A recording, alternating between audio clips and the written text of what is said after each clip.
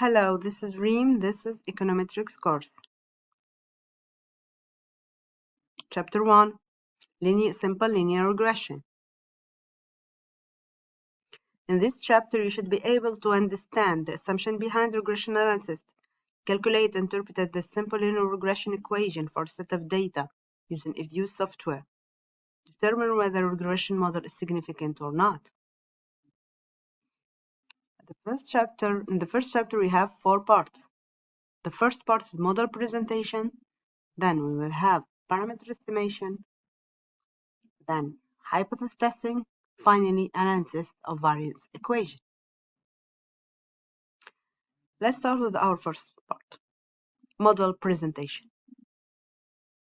Regression analysis is correlation analysis with primary objective to measure the strength or the degree of linear correlation between two variables. As a result, we will get a correlation coefficient.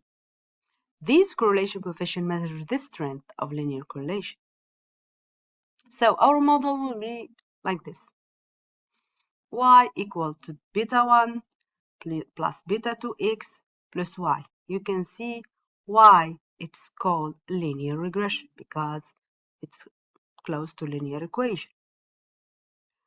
So let's start with the first one, with the y. The y we call it endogenous variable or dependent variable. The x here we call it exogenous variable or independent variable or outside forces.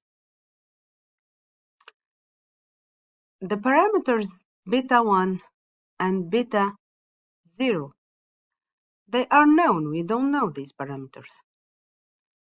However, they are fixed, and we call them the regression coefficient. When we estimate our model, we will look for these beta 1 and beta 2, beta 0. Finally, we have the U is the stochastic distribution or the stochastic error term. This stochastic error term could represent 3 things. First, could be sample fluctuation error. Means if two people estimate the same parameter, however, they use a different data, they will have different parameters as a result. Also, specification error. What means specification error? Remember, our chapter is simple linear regression, so we assumed that our y is explained only with one variable is x. However, if our phenomenon that we study is not only explained by one variable, that will be our second error, specification error. Finally, measurement error. The data does not exactly represent the phenomenon. So we will see an example. We will have here 2 tables.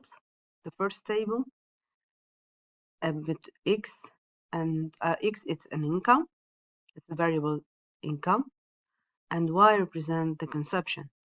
However, we can see here 2 different samples from the same data.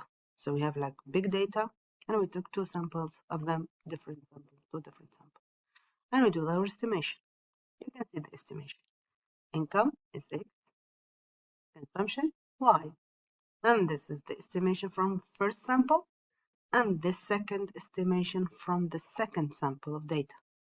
You can see the difference between the 2 estimations. Thank you.